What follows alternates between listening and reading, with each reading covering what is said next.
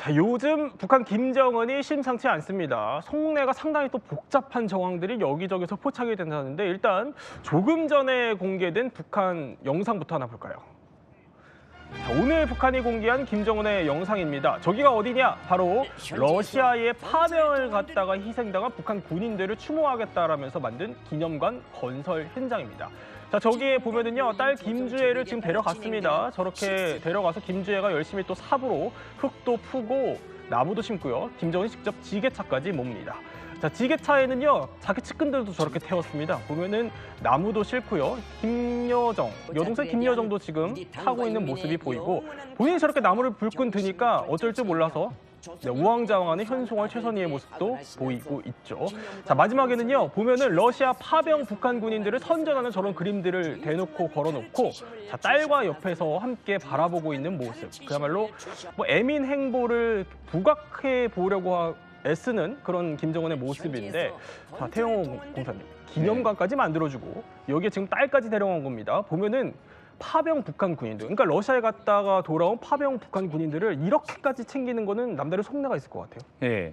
올해 이제 새해 신년에 들어와서 김정은의 모든 행보는 결국은 우크라이나에 간 파병들을 격려하고 위로하는 데 집중되어 있습니다. 그러니까요. 예. 새해날 신년 행사도 결국은 파병에 간 이제 군인 가족들하고 같이 했고, 그다음 뭐 공장에 가도 이제 결국은 러시아에 필요한 그런 무기 생산 공장을 갖고, 오늘은 또 저렇게 파병 군인들의 기념관을 건설하는 데 가서 이렇게 나무도 심고 이렇게 됐는데, 그 최근에 이제 북한에서 이 마두로 체포 작전 이후에 많은 이제 언론들이나 또 전문가들이 지난 시기에 김정은이 이란 혁명 수비대 사령관을 미국이 이제 그때 드론으로 암살한 이후에 한동안 공개 행보를 자제했거든요.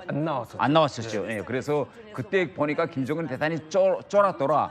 이번에도 공개 행동 안 하는 거 아니냐, 자제하는 거 아니냐라고 어제 부르는데 그걸 아마 본 것 같아요. 그래서 북한은 이 베네수엘라하고 달라, 우리는 핵을 가지고 있는 국가이기 때문에 이렇게 뻐젓이 공개 행보 계속한다. 그래서 바로 오늘 저런 행사도 한 것으로 이렇게 보여집니다. 그러니까 베네수엘라 공습 이후에도 뭐 나는 암살당하거나 뭐 이런 위협은 별로 없다, 떳떳하다, 이 모습을 좀 보여주려고 일부러. 그렇죠. 뭐 북한은 베네수엘라하고 같이 보면 안 돼. 뭐 이런 걸로, 그래서 저런 행보를 이제 계속 보여주는 거로 보여집니다. 자, 그런데 얼마 전에요, 보면은 파병 군인을 챙기는 행보는 또 있었습니다. 바로 이 북한 공병 부대가 귀국한 그 환영식이 열렸는데요. 자, 저 자리입니다. 보면은 김정은의 눈가가 상당히 촉촉합니다. 뭔가 눈물을 흘리는 모습까지 대놓고 그냥 보여줬는데, 자, 그런데 이 당시에요, 이 무렵쯤에 좀 특이한 동향이 하나 포착됐습니다. 이번에도 한번 영상으로 보죠.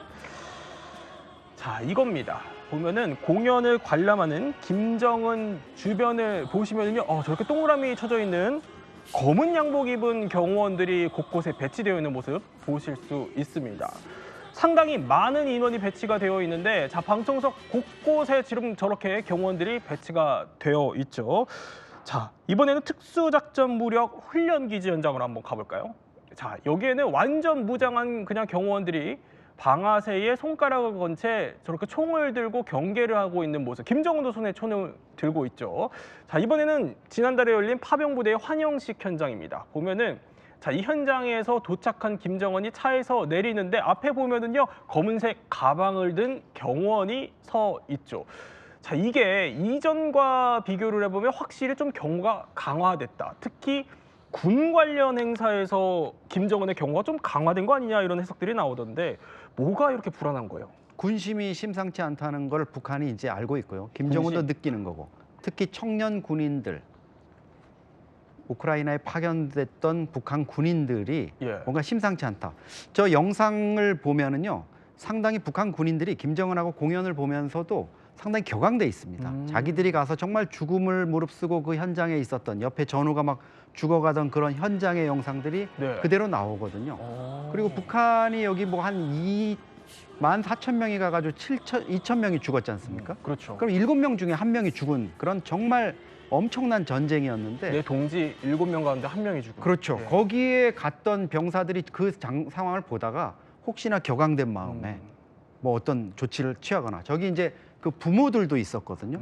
부모들이 예를 들어서 죽은 내 자식 살려놔라 하면서 김정은 붙잡고 막 이러면은 네. 큰일 나지 않습니까? 그런 아마 돌발 상황에 또 준비를 하면서 청년 군인들이 혹시나 뭐 조직적으로 뭐가 해가지고 몇 명이 이렇게 뭐 무기 같은 거 이런 거야 물론 못 갖고 가게 다 철저히 검색을 했겠지만 그런 비상 돌발 상황에 지금 대비를 하고 있는 걸로 보입니다. 아, 그러니까 정작 이제 러시아로 파병을 보내놨는데 워낙 이게 피해가 크고 군인들의 민심 자체가 지금 좋지 않다 보니까 저렇게까지 경호를 곳곳에 강화를 해놨다는 겁니다. 그러면 경호는 믿을 수 있어요? 그러게요. 그 뭐 경호원도 100% 믿을 수 있다. 뭐 이렇게 이제 단정하기는 힘들고요. 방금 저 영상은 이거 북한에서 처음 보는 영상입니다.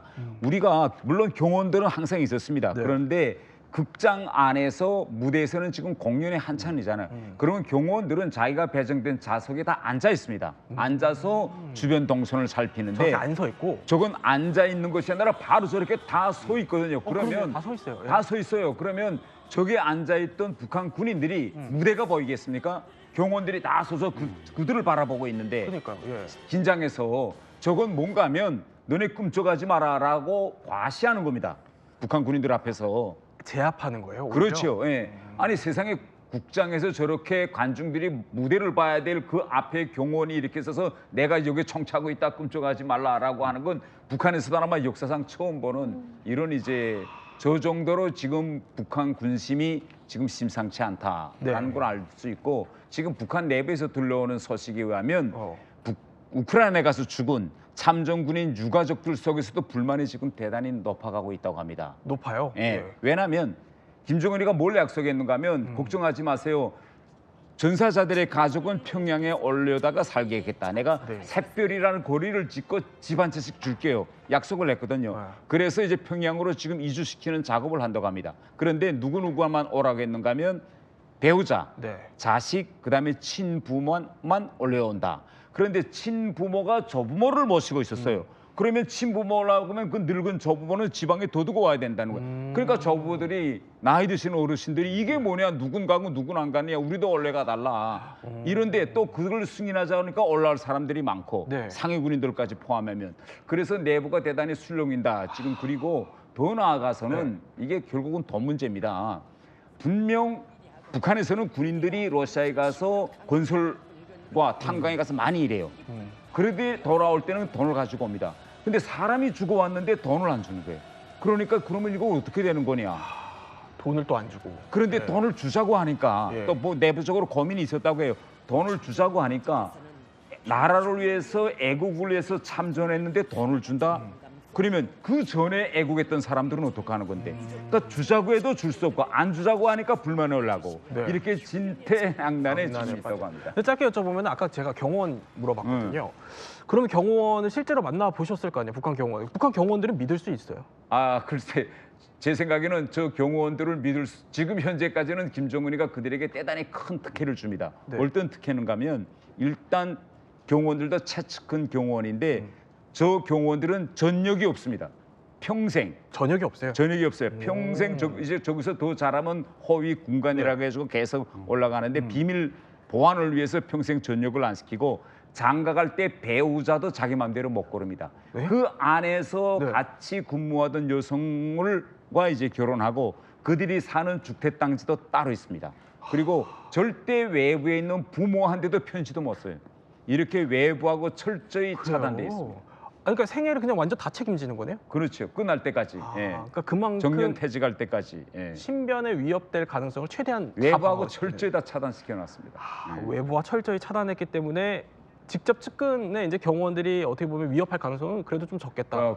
이런 생각이 드네요. 최측근 경호원이 직접 위해를 가할 가능성은 저는 없다 이렇게 보여집니다. 그런데 자, 보면은 일단 민심, 특히 군심이 상당히 안 좋다는 건데 그 포로들도 있잖아요. 북한군 포로들 그 증언을 보면 어떻습니까? 북한군 포로 지금 2명입니다. 그러니까 2,000명이 죽고 수많은 사람들이 부상을 당하는데 포로가 2명이라는 건 나머지는 다 이제 자폭을 강요당했다 이렇게 될 수 있으니까 이 두 사람의 증언이 상당히 중요한데 이 중에 북한에서 10년을 복무하다가 파병을 나간 저 이모 씨가 있는데요. 월스트리트 저널하고 인터뷰를 하면서 왜 전쟁에 나갔는지 몰랐다. 그리고 북한이 또 속인 게 있어요. 너희들을 드론으로 이렇게 죽이는 게 우크라이나군이 아니라 저 파견 나온 한국군이 너희를 죽이는 거야. 이래가지고 적개심을 이제 고취시키는 이걸 이제는 알았겠죠, 저 청년들이. 처음 그리고 보네요. 부모들도 지금 엄청 붕괴를 네. 하고 있는 게 사실 처음에 이 병사들을 보낼 때 부모들한테 알리지도 않았잖아요. 그렇죠. 해외 파병을 네. 보내면서. 그리고 본인들한테도 알리질 않았어요. 그러다 보니까 파병 소식이 스물스물 흘러나가면서 이 특작부대나 이런 데 파견 나갔을 것 같은 부대의 부모들이 네. 여기저기 다니면서 막 우리 아들 혹시 나가서 죽는 거 아니냐고 수소문을 하고 막 발을 동동 구르고 이랬던 상황인데 이제 와가서 김정은이 태연하게 아 우리 가가지고 뭐 영웅적으로 싸웠고 뭐 이러면서 죽은 다음에 노동당 입당증 주면은 뭐 합니까? 그런 걸로 이제 네. 이렇게 가름하려 그러니까 부모들 입장에서도 그렇고 파병 나갔다가 치명적인 부상을 예. 입고 온 수많은 병사들도 지금 어떻게 보면 김정은 체제에 대한 불만이 부글부글 끓고 있는 거죠. 김정은 체제에 대한 불만을 본격적으로 얘기해보기 전에 자 오늘 특별하게 신우희 씨 모셨습니다. 어서 오십시오. 네, 안녕하세요. 안녕하세요. 그 만약에 북에 계셨다고 가정을 하면요. 네. 지금 북한 주민들 특히 파병으로 갔다가 내 자식이 희생당한 그 가족들 심정이 어떨까요? 민심이 부글부글할 것 같은데요. 제가 북한에서 살 때 네. 저희 동네에도 군대 갔다가 거기서 아사로 죽은 전사의 가족이 살고 있었어요. 근데 예. 시신이 왔는데 어머니가 거기서 그런 말씀을 하시더라고요. 김장군 노래를 부르면서 사망했다고 한다. 그런 말을 하면서 내 아들이 죽을 때 김장군 노래를 어떻게 불렀는지 모르겠다. 그러니까 믿지를 못하는 거죠.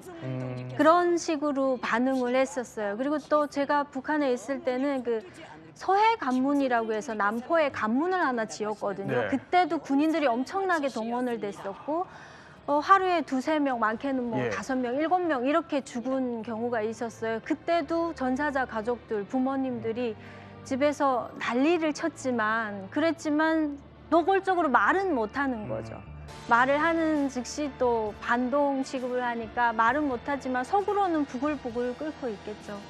정말 친한 사람들끼리는 그래도 아무리 그래도 김정은 체제에 대해서 욕도 하고 어떻게 보면 좀 안 좋은 말도 하고 그러지 않나요? 저희 때는 그런 말 하는 사람을 보지 못했고요. 서문으로 듣기는 했어요. 그렇지만 서문으로 들은 다음에 그 사람은 사라졌다 이 소문을 끝으로 들었었죠. 자, 이렇게 내부 민심이 심상치 않지만 그걸 외부로 표출하기는 쉽지 않은 그런 상황인 겁니다. 자, 그런데 김정은을 위협하는 외부 변수도 사실 여전히 존재합니다. 특히 김정은을 위협할 수 있는 나라들이 있다는데 영상으로 한번 확인해 보죠.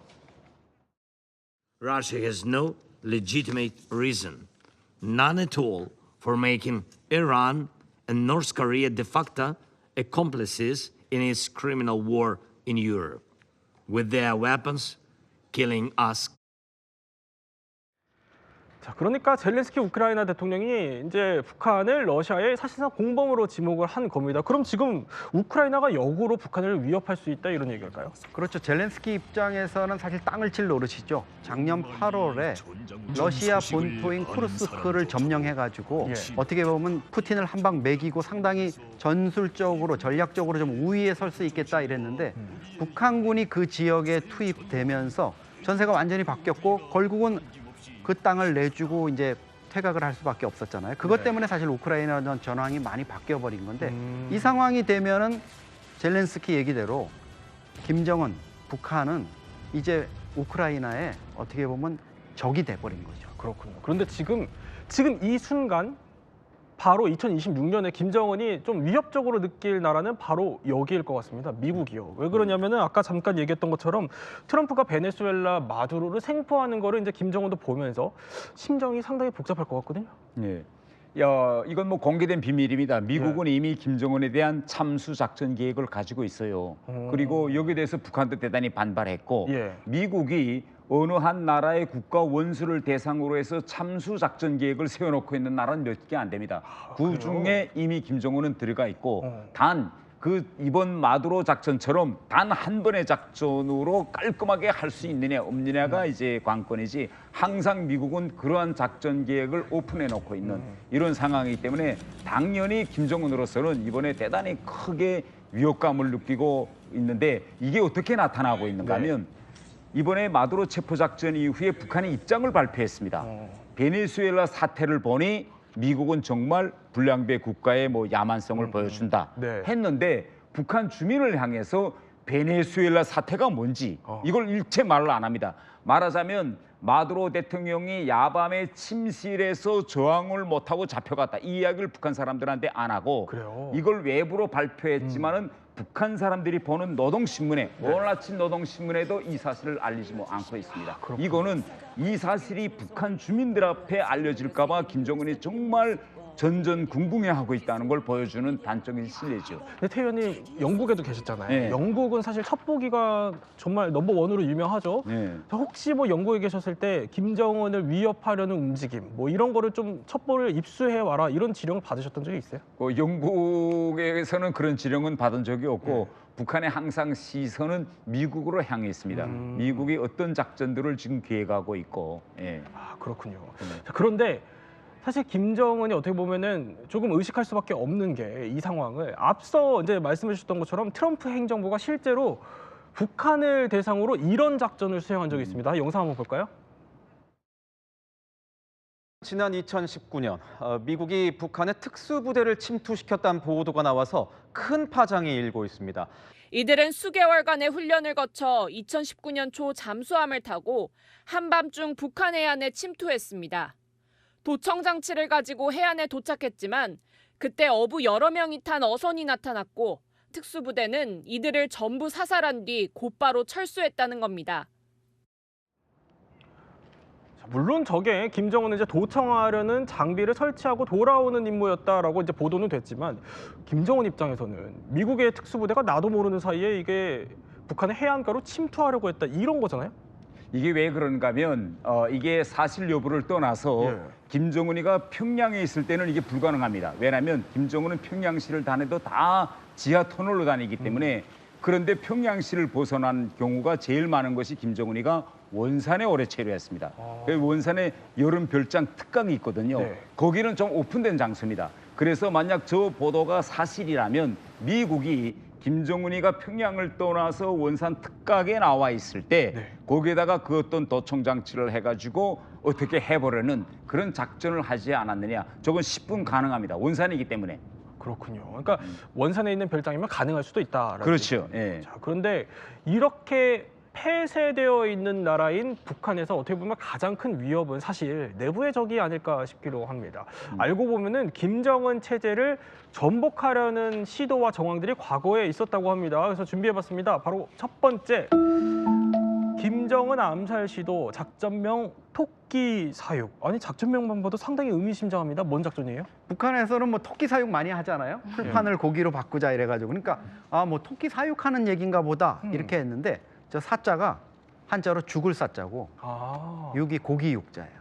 그러니까 김정은을 고기 덩어리로 상정하고 죽인다 뭐 이런 의미로 은밀한 용어로 토끼 사육을 쓴 겁니다. 그래서 김정은 집권 초기인 2015년, 2016년에 북한의 한 혁명 조직이 이런 김정은 제거 작전 음모를 꾸몄었다 하는 거를 북한의 대외 선전 매체, 주민들은 볼 수 없는 인터넷으로만 알리는 우리 민족끼리에서 이 부분을 7차례에 걸쳐서 기사를 연재한 적이 있습니다. 북한이 직접 공개를 한 거군요. 이거 자체는 아마 외부에서 북한 체제를 이렇게 제거하고 어떤 위해를 가하려고 계속 시도하고 있다는 것을 알리려는 목적이었지만 역으로 북한의 김정은 암살 시도라든가 위해 시도가 있었다 이런 거를 사실 알리는 셈이 됐는데요.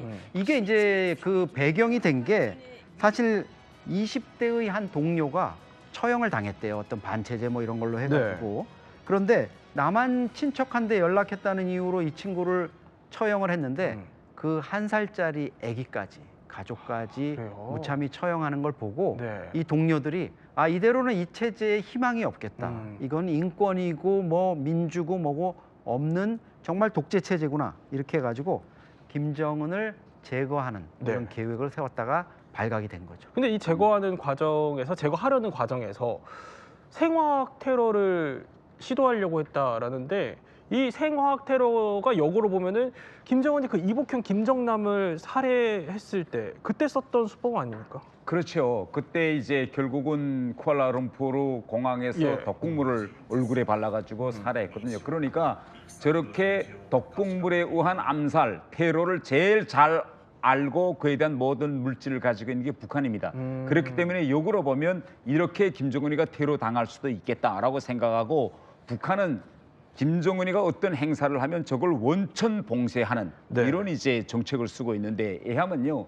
김일성 광장에서 김정은이가 나온 행사를 한다라고 하면 저희 외무성 청사가 김일성 광장 바로 옆에 있는데 하루 전에 청사를 다 내고 공무원들이 그날 출근을 못합니다. 하루 전날부터. 그리고 김정은의 경호부대가 들어와서 지어 매 사람의 서랍과 장까지 다 뒤져요. 만일 제 친구 하나가 크게 비판받았는데 해외에서 출장 갔다가 들어올 때 좋은 위스키를 가지고 모르고 자기 장에다 놓고 퇴근했습니다. 원래 어떤 액체도 더 두면 안 돼요. 그런데 장을 넣으니까 위스키가 나왔거든요. 그러면 액체도 더 두지 말라고 했는데 왜 위스키를 여기 더 두고 퇴근했냐 해서 바로 비판감이 됐거든요. 이 정도로 샅샅이 그 주변 건물에 사소한 액체도 없이 샅샅이 수색을 합니다. 혹시 그게 이제 독극물에 그렇죠. 독극물이 될 수도 있고 그 무엇이 될 수도 있고 발암물질도 될 수 있고 그렇게 철저히 결국은 이제 사전 원천을 봉쇄하는 거죠. 근데 결국에 이제 이 작전이 계획만 되어 있었지 실제로 이제 발각이 됐어요. 그래서 이제 평양에서 난리가 났는데 이제 북한이 그러면서 이게 실제로 암살을 하려는 시도 증거다라면서 북한이 직접 공개를 했습니다. 게다가 조직원까지 공개를 해버렸습니다. 바로 김성일이라는 사람이 이 일을 벌였다라면서 저렇게 민족, 국적, 난 곳, 태어난 곳, 그러니까 사는 곳, 직장까지 다 신상 정보라면서 공개를 해버린 겁니다. 자, 그런데 이런 정황들 당시에요. 우리나라에도 이 김성일 씨로 추정되는 인물과 긴밀히 연락을 또 주고받으셨던 분이 계셨습니다. 바로 북한 피랍 탈북 인권연대의 도희윤 대표님인데 이 도 대표님에게 저희가 직접 한번 이 사건의 전말을 한번 들어봤습니다. 아우하고 한 2년여 동안 소통을 하면서 이 친구가 화학 전공이었어요. 이렇게 화공 분야에서는 전문가였었는데 저하고 소통하는 와중에 어떤 물질이 이렇게 만들어져서 자주 사용하는 뭐 만년필이라든지 앉는 의자라든지 뭐 이런 어떤 생필품에 이렇게 묻혀놓게 되면 이것이 바로 반응하지 않고 뭐 6개월이나 1년 뒤에 반응을 해서 치명적인 어떤 그 위해를 가할 수 있다. 뭐 이런 이야기를 저한테 했던 기억이 나요. 나중에 우리 민족끼리에 나왔던 그 토끼 사육을 통해서 뭐 생화학 무기 이야기를 하니까 우리 아우가 이야기했던 것이 저거였구나. 제가 이제 그렇게 해서 알게 된 거죠. 아우는 가족들은 정치범 수용소로 다 보내졌고 그 아우와 혁명 세력들이 거의 수십 명이 공개 처형됐다. 자, 실제로 그 도희윤 대표님이 김성일 추정 인물과 이렇게 실제로 주고받은 문자까지 남아 있는 이런 상황이고 북한이 이제 조직원까지 공개를 하면서 체제를 전복하려는 움직임이 실제 있었다 이렇게까지 공개를 했지만 우리 국정원은 이게 사실 무근이라고 했어요. 그렇죠. 국정원 입장에서는 당연히 저런 입장을 취할 수밖에 없죠. 북한이 어쨌든 뭐 좀 부풀려졌을 수는 있겠지만 저런 사실이 있었던 거는 틀림없는 것 같고 또 김성일 씨와 도희윤 대표의 어떤 관계, 문자 이런 걸로 보면 틀림없는 사실인 것 같은데 국정원 입장에서는 이거를 한국의 정보기관이 개입해가지고 이런 일을 꾸몄다. 이렇게 이제 되는 거는 피하려 했던 것 같은데요. 당시 공식적인 입장은 부인을 하는 거였지만 그 국정원 밖에 그 사정에 밝은 이제 뭐 인사들 입장을 얘기를 들어보면 이런 얘기를 많이 했습니다. 당시 상황을 봤을 때 국정원이 북한 내 혁명 세력의 존재를 파악해보고 지원해주지 않았겠느냐. 그런데 쓰라고 국정원 특활비 있는 거 아니겠느냐. 이렇게까지 약간 그 상황을 좀 우리가 유추해 볼 수 있는 이런 말을 남기기도 했습니다. 북한 내부에서 이렇게 체제를 전복하려는 움직임들이 뭐 곳곳에서 있지만 이게 김정은 시대만 있었던 건 아니에요. 조금 더 과거로 돌아가 보면은 태 의원님, 그 김정일 체제 때도 성도파 이런 게 있었다면서요? 네, 이게 북한에서 뭐 성도파라고 하면 그렇게 큰 그런 조직은 안 했는데 한국으로 비교해서 말한다면 뭐 자그마한 그런 반체제 조직 뭐 이런 정도로 이제 되어 있는데 이 성도파의 그 실질적인 움직임 또 그들의 활동 이 내용은 제가 구체적으로 잘 아는 바가 없어서 그러니까 그런데 이 성도파라는 게 그 고난의 행군 시절에 결성이 된 걸로 이제 추정이 되고 있고, 자 이제 청년들이 뭐 혈서까지 쓰면서 거의 뭉쳤다 이렇게 알려져 있습니다. 근데 나중에는 이제 이게 드러나게 됐지만, 그래서 김성도라는 이 인물이 처형까지 이루어졌다라는데, 오늘 특별하게 신은희 씨를 모셨던 이유가 이 김정일 정권의 반기를 들었던 김성도라는 인물의 처형을 직접 목격하셨어요? 네, 맞아요. 김성도 조직은 제가 함경북도 무산이 고향인데 무산 출신이거든요. 예. 그래서 제가 있었을 그 당시에 성도파가 한창 유명했었죠. 하루는 학교에서 그 공개 처형하면은 학생들도 세뇌를 해야 되기 때문에 예. 사형 현장으로 다 데리고 가거든요. 제가 중학교 때 가서 봤더니 이제 성도파의 두목이라고 하는 성도를 공개 처형하는 그런 사형장이었어요. 그래요. 네, 그래서 실제로 봤죠. 실제로 아니 근데 그때는 굉장히 어리셨을 거 아니에요? 그쵸? 중학생이었죠. 중학교 때. 중학생이면은 10대 초반이죠. 네. 근데 그런 경험이 많이 없으셨을 것 같거든요. 굉장히 무서우셨을 것 같은데. 사실은 성도 그 사형이 처음 아니었고요. 그 네. 전에도 여러 번 갔었어요. 고난의 행군 때는 네. 툭하면 사형이 집행됐어가지고요. 근데 그게 어른들만 가는 게 아니고 학생들도 무조건 가서 봐야 했거든요. 학교에서 단체로. 그 키가 작으면 앞에 세워요. 왜냐하면 잘 못 보니까 뒤에 서면은. 그래서 무조건 봐야 됐기 때문에 저 성도란 분을 사용할 때는 사실 무섭다기보다는 아는 사람을 죽이는 경우는 처음이었어가지고 네. 그게 감정이 많이 심했던 것 같아요. 이게 우라라든가 그런 감정이 많이 이렇게 북받쳐 올라왔던 것 같아요. 아, 그래요. 아니 그런데 근데 사실 그 고난의 행군 시기에 이런 일이 벌어졌다는 거잖아요. 네. 그럼 이게 당시에 얼마나 힘들었길래 체제 전복까지 꿈꾸는 사람들이 등장했을 정도였을까요? 고난의 행군 때 저는 지방에 살았으니까 지방 같은 경우는 배급이 일체 다 끊겼었고요. 그리고 장사를 또 못하게 하니까 먹고 살 수가 없어서 아사자가 정말 많이 나왔었어요. 거기에 더해서 파라티푸스 또 콜레라라는 전염병까지 돌아가지고 네. 저희 무산에서 가장 큰 병원이 무산 광산병원이라고 있는데 제가 학교 갔다 올 때 보면은 광산병원 앞에 시신이 이렇게 쌓여져 있는 정도였어요. 그래요. 덮어놓을 흰천도 없어서 못 덮어놓을 정도로 그렇게 살기 힘들다 보니까 사람들이 자꾸 도둑질하고 소 잡아먹지 말라는데 소 잡아먹고 김일성이 선물한 기계에서 동, 구리를 떼서 팔고 이렇다 보니까 사형도 엄청 많이 집행이 됐던 시기였죠. 자, 이런 시도까지 있었다는 건데 다시 김정은 체제로 돌아와서 김정은 체제의 또 전복을 꿈꾸는 것으로 추정되는 이들이 또 있습니다. 이번에 한번 영상으로 볼까요? 자, 한 유튜브 채널에 평양에서 보내온 영상이라는 영상이 떴습니다. 이게 북한 김일성의 표식비로 추정되는 저 비석에 의문의 남성이 서성이더니 저렇게 물감을 꺼내서 비석에 가차없이 뿌립니다. 자, 그런 뒤에 이 영상엔 새 조선의 대청소는 시작됐다라는 문구로 함께 끝나는데, 자, 여기가 바로 김씨 일가 세습을 끝내버리겠다라는 이 목표로 결성이 된 것으로 알려진 새조선이라는 단체입니다. 자, 여기가 일단 어떤 단체입니까? 요 뭐 명칭에서 볼 수 있듯이 조선민주주의 인민공화국 북한 김씨 체제를 없애고 새로운 조선을 만들겠다 이런 거를 표방하고 있습니다. 네. 국호에서 이제 그 조선민주주의 인민공화국을 완전히 지우고 새로운 조선 이렇게 표방을 하는데요. 조선의 건국을 자신 있게 준비하는 평양의 비밀 자유 민주 조직이다 이렇게 밝히고 있고요. 조선을 이끌 새 정부의 첫 정당은 자유민주당이다 이렇게까지도 표방을 하고 있습니다. 여기 홈페이지를 보면 조금 더 자세하게 알 수 있는데요.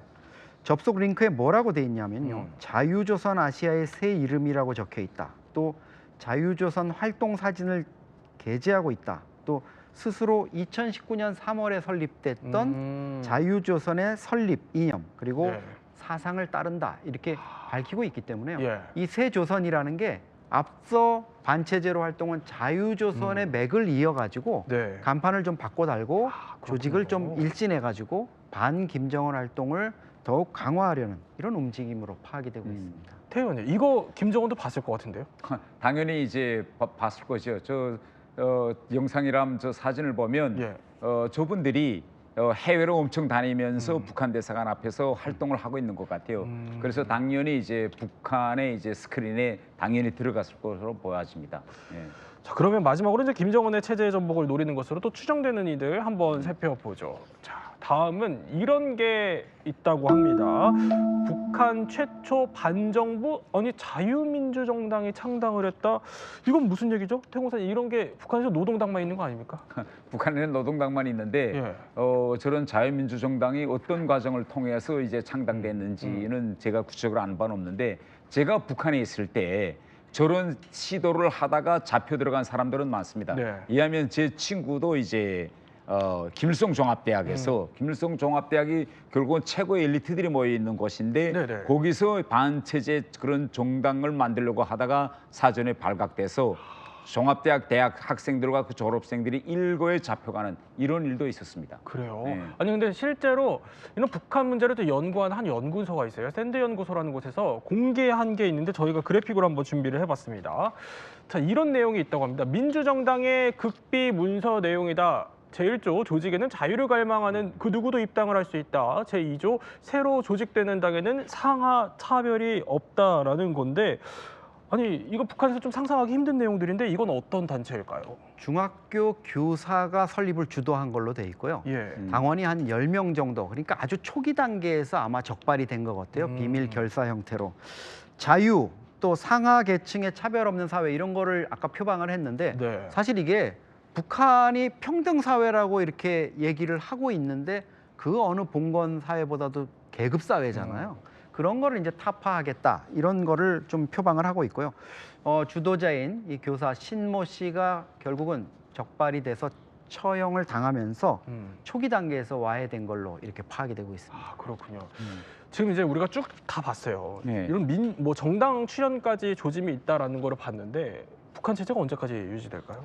글쎄요, 그 북한 체제는 그 특성상 내일 당장 무너져도 이상하지 않고 예. 앞으로 10년 계속 가도 이상하지 않은 이런 이제 체제인데 그럼 북한 내부에서 이 체제를 뒤집어 엎으려는 그런 시도가 있었느냐 없었느냐 이하면 군사 쿠데타 같은 것이 그런데 혹시 북한군의 육군단이라는 게 없는지를 모르시죠? 그게 뭐예요? 북한에는 1군단, 2군단, 3군단, 4군단, 5군단까지 있다가 6군단이 없습니다. 그리고 7군단부터 시작돼요. 아, 숫자 6이 없어요? 여기 없어요. 그 이유는 북한 한경북도 청진을 주변으로 했던 육군단이 예. 김정일 체제를 없애기 위한 큰 군사 규모의 쿠데타를 준비했다는 이유로 육군단 전체가 하루아침 사이에 날아갔습니다. 네. 그리고 북한 주민들을 향한 내부 교양 자료에 의하면 북한이 스스로 이걸 가지고 강연됐어요. 뭐라고 그때 정리했는가 하면 육군단을 들이쳤더니 달러가 마대로 나왔다. 달러가 마대로 실제 나왔어요. 네. 그래서 그 달러가 왜 마대로 났냐? 육군단이 평양을 향해서 진격할 때 국민의 지지를 얻으려면 돈을 뿌려야 되는데 이 돈을 뿌리라고 한국 이제 국정원에서 돈을 들어와서 달러가 마대로 나왔다. 두 번째는 어떻게 하느냐? 육군단의 미사일 기지가 있습니다. 그 미사일 기지로 혁명의 수뇌부를 제거하려고 했다. 네. 이런 강연 자료가 있었거든요. 제가 그때 그걸 듣으면서 야 그게 가능할까 이렇게 됐는데 해체된 육군단 군인 소속들은 너무 억울하다. 그 달러가 있은 건 맞다. 근데 그 달러는 육군단에서 아편 장사를 해서 벌은 거지 국정원 돈이 아니다. 그러면서 내부에서는 서로 엇갈린 주장이 나왔지만 어쨌든 북한에서는 이렇게 가끔 가다가 큰 규모의 군사 쿠데타 설이 나옵니다. 그렇군요. 김정은이 어떻게 보면 또 다른 육군단이 나올까 봐 전전 긍긍하고 있는 게 아닐지 싶기도 합니다.